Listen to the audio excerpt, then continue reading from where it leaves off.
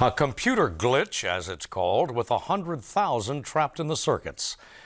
If we build it, will they come? They'd better, say some of the trustees.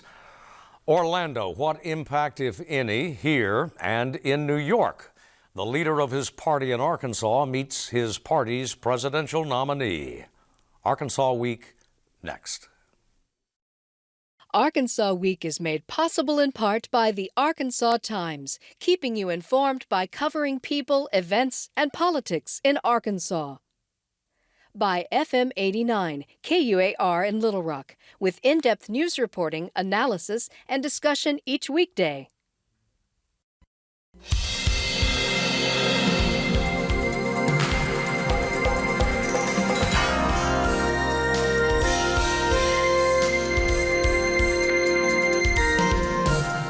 This is Arkansas Week. Hello again, everyone. Thanks for joining us for Arkansas Week. There was good news from state government this week, but it involved the private sector. That's where we'll begin. Jacob Kaufman joins us from KUAR Public Radio in Central Arkansas. David Keefe from the journalism faculty at UCA. Lance Turner, reporter, columnist for Arkansas Business. Lance, it couldn't get any lower, the Arkansas jobless rate, except it just did. That's the breaking news as we go to press, so to speak. That's right, yeah. 3.8% now in May for the state jobless rate. 3.9% in April was the new low, and now this is the new low. So, I think there was some, at least on my part, I was curious to see what the numbers would say, because on the national level, at least, the May jobs report was kind of a disaster. On a national level, we only added 38,000 jobs or so, and that was way under what a lot of people expected it to be, and it sort of definitely put a pause on what the Federal Reserve was hoping to do this summer with interest rates, which was raise them. Now that's looking like that's not going to happen. But here in the state, at least, we tend to trail the trend a little bit, and so we're still, inching down a little bit. And our workforce has grown a shade a little bit too, as well. So that's also good news. People going back in. People going back in. People getting back into the that whole count. They're back looking for work, and then they're also employed. And so when you just give up completely, you fall out of that count. But folks are getting back in and looking. And there are some signs, nationally as well, that there are some that we are in need of workers in a lot of different levels. That not only, we all know that there's a category of skilled worker that has been in demand and we can't find, and there's a need to re-educate X amount of the workforce to meet that demand. But also now among some lower skilled positions too, they're starting to see some indications that we're in need of some of that as well. And so all of this could lead, hopefully, fingers crossed, to some wage growth a little bit. And that's been the other kind of thing sitting out there, the final metric out there that I think everyone would feel really good if most people would feel really good, at least workers would feel great if wages started climbing back up as well. Lance, can we look at this data? You had time, none of us have. Just as we started to tape the program, the numbers came in. What's driving the Arkansas increase? Is there any particular sector of the economy? Well, I don't know what's in this report this morning, but I know construction has been particularly strong. And there too, construction companies are saying, we need more people. We need more people who know what they're doing, and so that's one area that's done it. It's not manufacturing. Manufacturing continues to lose out. The manufacturing jobs are fewer and farther between, but they are higher skilled as well. And so where there is a need, they need more people who are educated beyond. They need to know computers. They need to know how to run complex machines and systems, and so that's where their need has been. Health professions, health sciences driving. Well, that's true. Yeah, that's true as too. You're right about that as well. We continue to see, that continues to be a sector that is driving employment. And I mean, you look, coming up here on the way to Conway this morning, you see that new Baptist hospital being built, and hospital projects are quite common here in the state. And so healthcare workers, as the population ages, will need more of them. Right. And also that's, you're talking about the need for skilled workers. That certainly is an area where the skill is obviously very important. And it's always important when we're looking at, a percentage by itself doesn't tell you a whole lot.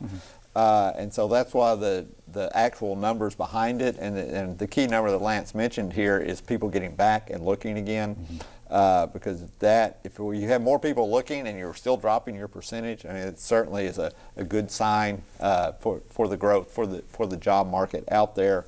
We're creating new jobs if you have more people looking for those jobs as well. I mean, that's key to continued economic success. Well, and it's good news for not only the Hutchinson administration, but also every mayor and county judge in the state, assuming so. Well, even with state turnback, it's good news, even if your county is losing employment.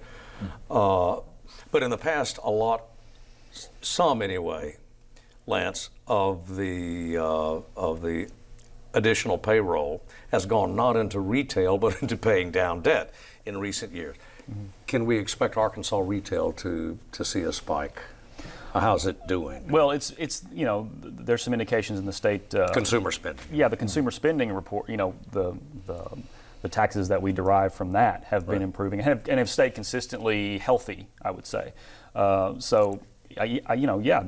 tends to be, consumer sentiment seems to be performing well. There's a Arvest Bank and the University of Arkansas's Walton College work together on a consumer sentiment report that looks at Arkansas and other states where Arvest operates.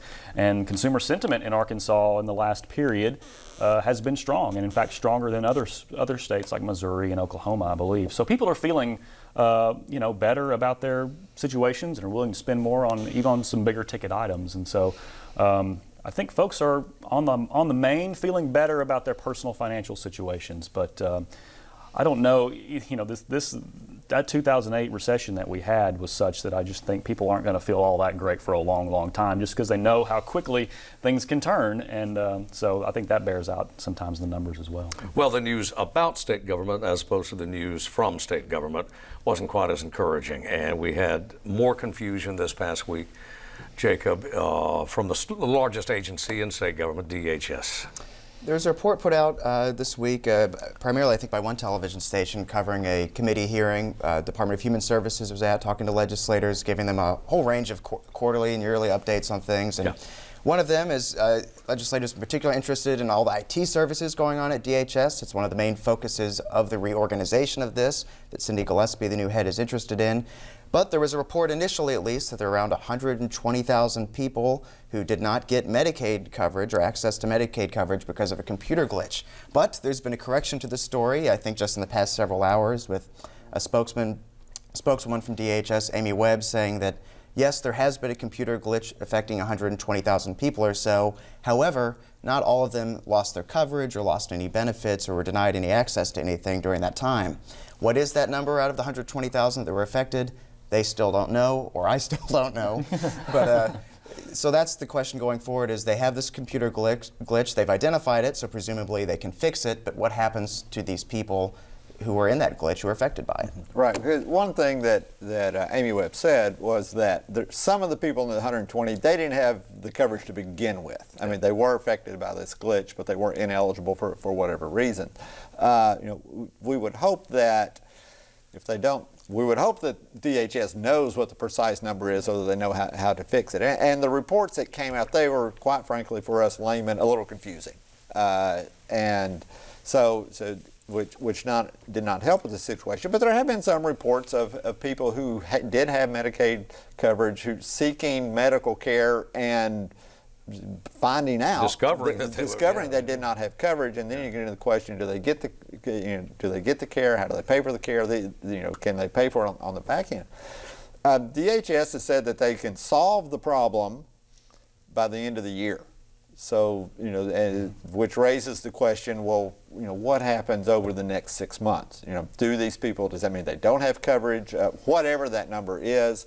And what is it going to take to cover them? Can they get reimbursed if they have to pay for coverage themselves? Are they going to forego coverage or forego treatments that may lead to further health problems and stuff like that? I mean, these are all questions that need to be answered. And, of course, it's going to cost a lot of money to fix this. Well, a lot of money to us. About $8 million. Three-fourths of that will be covered by the federal government. About $6 million. $2 million will have to come from the state. To fix this computer error, so and there are several components to that, from hiring people to other computer type work that's going to have to be done. But there's a price tag on it, and in the short term, some people, an unknown number, don't have their insurance coverage or their medical coverage because of it. In the near term, though, we're talking about keyboard entry. We're just hiring people who know a keyboard to try to get as many Am I correct? That's some Get of as it. many And online as some of it. Enough people to is input information is part of it. They're hiring some people for like call center type work for people who have questions about this, so that they can address their concerns. And even I think expanding the number of hours that the call centers are open, so that people have more access to information to find out what their status is and what they need to do. And that seems to be so often the case with all these DHS type of problems, where there are tens of thousands of people who have trouble getting access to Medicaid somehow, is that in the end they figured out that they need more staff members. They simply didn't have enough people to process it in a timely manner. People weren't getting their claims processed in the amount of time that the state is obligated to do it. And this Medicaid population includes people, we talk about the private option often, these are oftentimes working age people, but this also includes children and groups like that too as well in Medicaid. And I would think this would be something that we're watching for. Currently we're realigning how DHS works, and we've just seen sort of, I think what's been billed as kind of part one to that realignment, the administrative sort of back office type duties. And I would wonder that if whether this is more considered a customer-facing delivery type issue that they are aiming, they may say that they are hoping to address and improve, as they continue to realign the rest of that organization. I'm not sure where this would fall in their schematic, but you would hope that that's something that's on the drawing board. And getting back to something Jacob said about people entering data, I mean, some of these 120,000 are people who have done what they're supposed to do, and DHS just hasn't, in a sense, processed their information, gotten them into the system or updated, or in some case it's a verification issue. And so it's just either the number of people or amount of time that it takes to process all the data. Well, there was also, as I understand it, a software compatibility issue involved in this. Yeah, I mean, they all went back to a computer glitch, whatever that glitch is. So yeah, it's not all just entering the information. There was some type of computer error that, I don't know, pushed it over the edge or started it. I'm really not sure about that. Back to what Lance was saying, though, this part of the reorganization of DHS includes moving most of the IT and contract procurements under the centralized offices instead of having each different division of DHS have their own IT processes and things like that. So in the future, I think you can't say that the contract or IT company will be any better necessarily, but there will be more people or less people accountable for it. You'll be able to say this stops in this office instead of these 12 different silos. Right, but then are you creating offices again that are so big, that are a single office that is responsible for so much? Yeah. And it's a balance. There's certainly no simple one-size-fits-all answer to that as well. Okay, on to something UCA thinking about expanding its stadium? Not that I know of. I'm not sure how we would pay for it. We don't have $100 million in athletic revenue. But the University of Arkansas Board of Trustees voted this week with some dissent to proceed with plans of a $160 million project to expand Reynolds Razorback Stadium, primarily adding luxury boxes or suites or whatever they're going to be called, not greatly increasing the capacity of the stadium. I believe it's 3,000 seats, something like that. Again, most of them in these luxury areas. Former Senator David Pryor has led the charge against this since it was first announced. I mean, too much money for not enough benefit, and then he did have, when the vote was taken, he and a gentleman from Monticello, I cannot think of his last name, another second trustee, voted against it as well. Gibson. Cliff Gibson. Right. It did Monticello. from Monticello, but it did pass. So this is a bond issue from the athletic department. It is, the money is coming from athletics. It is not affecting academics, but Pryor said, we are putting too much money into this. There's not enough bang for the buck. Also, several former members of the University of Arkansas Board of Trustees have come out against this as well, saying it's ill-timed. It's not a good matter of expenditure.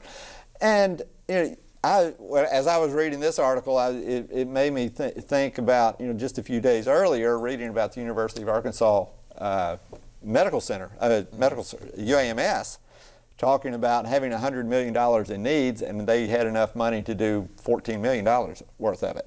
And it is not a either-or proposition. Athletic money is certainly different from academic medical money, but it does at least speak to priorities and where the money comes from and how the money is spent in this state. When you do have academic programs, medical programs that are struggling financially, as they are pretty much nationwide, and yet college athletic programs continue to get bigger, spend more money, pay more money, have more amenities year after year. And I think priorities does get to the heart of it, and I think that was the heart of kind of what Senator Pryor was saying, was that, you know, just the optics of this, us doing this giant bond issue, you know, really sort of leaves people with the impression that this is at a higher priority than our students. Our students don't necessarily benefit from this in a direct way. Right, that was one of his points. Students don't benefit. And they're general obligation bonds too. Right, and so you know, it's interesting, you know, he cited the nuclear arms race of college football, which I thought was interesting as well. And so I think the feeling, you know, John Tyson was among the former board members who has sort of, you know, in an op-ed in the Northwest Arkansas Democrat Gazette, said we need to slow down on this. And you wouldn't accuse John Tyson of not being a Razorbacks fan by any means. I think they're starting to be, when you survey higher education and you hear reports and read reports about students with crushing debt, I think people are starting to slow down and say, you know, maybe our priorities are a little bit out of whack. And also, too, I think they look at the win-loss record of the Razorbacks and say, you know what, we're not entirely winning cures a lot of ills. Well, it does, and they've done well, but I don't know that they've done as well as a lot of people think they need to do to deserve this kind of influx of money. And I would say this is not money. Again, this is money that's generated within the athletic department. And which is healthy and among the healthier programs in the country. It is. Like I said, they said they had $100 million in revenue, and you know that money is not spent on academic programs. And there are academic benefits to having a strong athletic program. Right. There are. I have no idea what the number is, but a lot of students. They contribute, they give back to those programs. But also they attend that university because of the football team or the basketball team or whatever it is. The cachet of saying I'm going to be a Razorback fan, you know, and have the opportunity to attend games, which they have to pay for as well. But still, but that does drive enrollment to a degree. Yeah. Yes. But, you know, is it? You know, Pryor's whole point is this is the wrong thing at the wrong time. And I would also say another trustee, John Goodson, said basically Pryor or anyone who opposes this is being disrespectful, I don't think that was his exact word, of the administration if they voted against it because the administration endorsed it. Well, if you're going to use that argument, get rid of the Board of Trustees and let the administration make all the decisions. I mean, that's absolutely pointless. Got to move on. The horror of Orlando a few days ago. Does anybody see it having much of a political impact around Arkansas, Jacob? I would say probably not much impact on Arkansas. We saw some of the normal things from Republican politicians in Arkansas saying that thoughts and prayers go out to the people in Orlando. Of course, noticeably absent from the Arkansas discussion was mention of who the victims of the shooting were. And it was an LGBT nightclub. These are the people that were targeted specifically because of things like gender identity and sexual orientation. That was a part of the discussion that was totally missing from the Arkansas political world, at least, and I didn't really see it become interjected to too large of a degree. The other big issue here would be about gun control. Connor Eldridge, who's running against John Bozeman, he's Eldridge's Democratic candidate for U.S. Senate. He's tried to make an issue out of some parts of gun control, at least. The Obama administration has said that they would like to ban people who are on the no-fly list from purchasing guns. Right now, if you're on the no-fly list, you can go buy a firearm. You can be investigated by the FBI, as the Orlando shooter was, and still be able to purchase a firearm. Even on the watch list. On the terrorist watch list, right. So Connor Eldridge thinks that's a kind of a neutral ground, common sense gun solution. John Bozeman is not committed to that. In the past, he's voted against it. But I don't really see this changing, I think, any of the fundamental numbers on Arkansas' support for gun control or opposition to it. Yeah. Right, and of course, the third aspect of this, along with the LGBT and the gun control, is the Muslim aspect of it as well. And how does that all play into it? Obviously, in Orlando, they're still trying to sort through motive, and all these other issues behind it. And it's interesting the point about that Jacob brought up about the watch list or the no-fly list is the counter argument to this from Bozeman and others is people who are on that list, they have not been convicted of a crime. Right.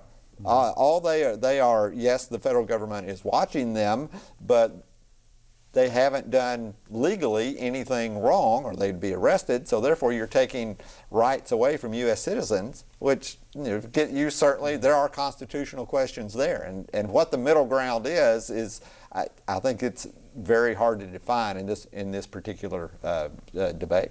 Well, the immediate reaction to the state capitol, Jacob, could be viewed as not necessarily sympathetic or empathetic to the gay community in terms of legislative activity. Just a few days later after this, after learning that this shooter was inspired, of course, by ISIS, not directed by them necessarily, but inspired by them, also inspired by some own trouble about his thoughts about LGBT people being acceptable or not. We learned he's had his own internal dilemma about that. But in the legislature, a subcommittee of the Arkansas Legislative Council, they moved forward with a motion that would allow counselors and therapists not to see someone because of a religious objection over something like someone's sexuality. So here we have the Arkansas legislature, just a few days after 50 or 49 people were killed because of their gender identity, saying that we'll allow counselors not to see these type of people if they don't want to, which would be a change from what the norm is now. Right, and also would be a change from what the national counseling organizations, associations, certification boards, that's contrary to their policy as well. And you could certainly make the argument if someone is uncomfortable providing counseling to someone who is gay or whatever, for whatever reason, well, they don't need to be counseling that person. But it's one of those things, you sign up for a job, that's part of the job, is the other side of this argument. If you want to be a counselor, then your responsibility is to help people. So, if you're not willing to help a certain aspect of the community, whether it's based on gender or race or identity or orientation, then the argument is maybe you need to look at it for a different profession. And I think the board that brought this before legislators said, this was designed to, apparently there's one of these laws in Tennessee that is that's much more tougher.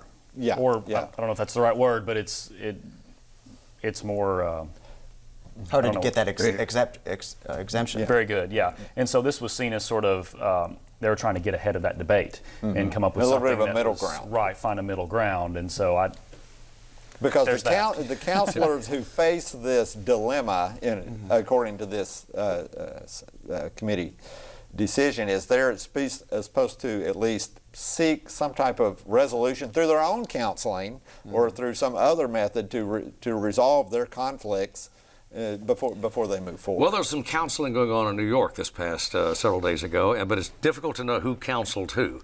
Mr. Trump or the governor of Arkansas, who I understand was several other GOP state chiefs executive, met with their party's presidential nominee. Well, I remember... Still trying to figure out what to do with it. Well, back in March, whenever Arkansas voted for Donald Trump to be the Republican nominee, Asa Hutchinson said he's going to support the Republican nominee. He's going to see if the next few months Donald Trump becomes a professional candidate who acts presidential. Here we are a few months later. Donald Trump is saying the same things about the same groups of people. Asa Hutchinson still has sort of the same reaction that he said. One of the things Donald Trump said after the shooting, he renewed his call, kind of redoubled his call to ban all Muslim immigration, said we should have surveillance on mosques. Asa Hutchinson said that was antithetical to American values. However, after meeting with him, he will still vote for him despite his obvious disagreements and public disagreements with him on certain issues like that. Well, it doesn't make Mr. Hutchinson one bit different than hundreds of other Republican officials across the country, mayors, county judges, members of Congress, Senate. Yeah, I mean, there is a lot of soul searching. And they're all writhing in agony. Yeah. I mean, because, and I think Hutchinson is just a classic example of it. The Republicans are saying, I will support my party's nominee, but I hope my party's nominee acts in like line with our traditional conservative values and our principles, and acts presidential to a degree. And like Jacob said, Trump keeps being Trump. Well, it's gotten to the point where the majority leader at the Senate, Mitch McConnell, has said, "I'm not talking about the guy till after November," which is kind of. Well, it would be unprecedented for someone to kind of take that attitude toward their party's nominee. Well, and some of those people that are talking, like Paul Ryan, Speaker of the House, said one of Donald Trump's comments about a justice who has Mexican heritage, at least. Well, we all know the story. Well, I mean, Mr. Ryan's latest suggestion to Republican voters was follow your conscience. Well, it's not exactly a ringing endorsement of the nominee. And it could be to say that, Paul Ryan, sorry to clarify, said that Donald Trump's statement was a textbook definition of racism. So we have the Speaker of the House, the Republican Party, saying the nominee is saying things that are racist, but I'm going to vote for him. Right. So that creates this situation where when you're thinking the Republican Party, what are your priorities? Is it just winning or whatever? Because like one of the things Hutchinson said to a degree is, yes, I'll vote for the Republican nominee. I won't necessarily campaign for him.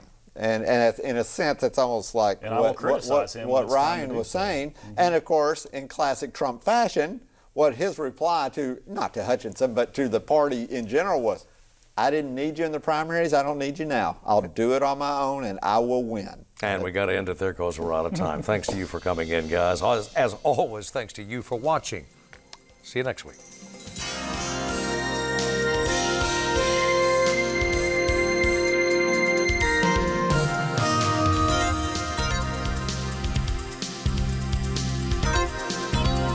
Arkansas Week is made possible in part by the Arkansas Times, keeping you informed by covering people, events, and politics in Arkansas. By FM 89, KUAR in Little Rock, with in-depth news reporting, analysis, and discussion each weekday.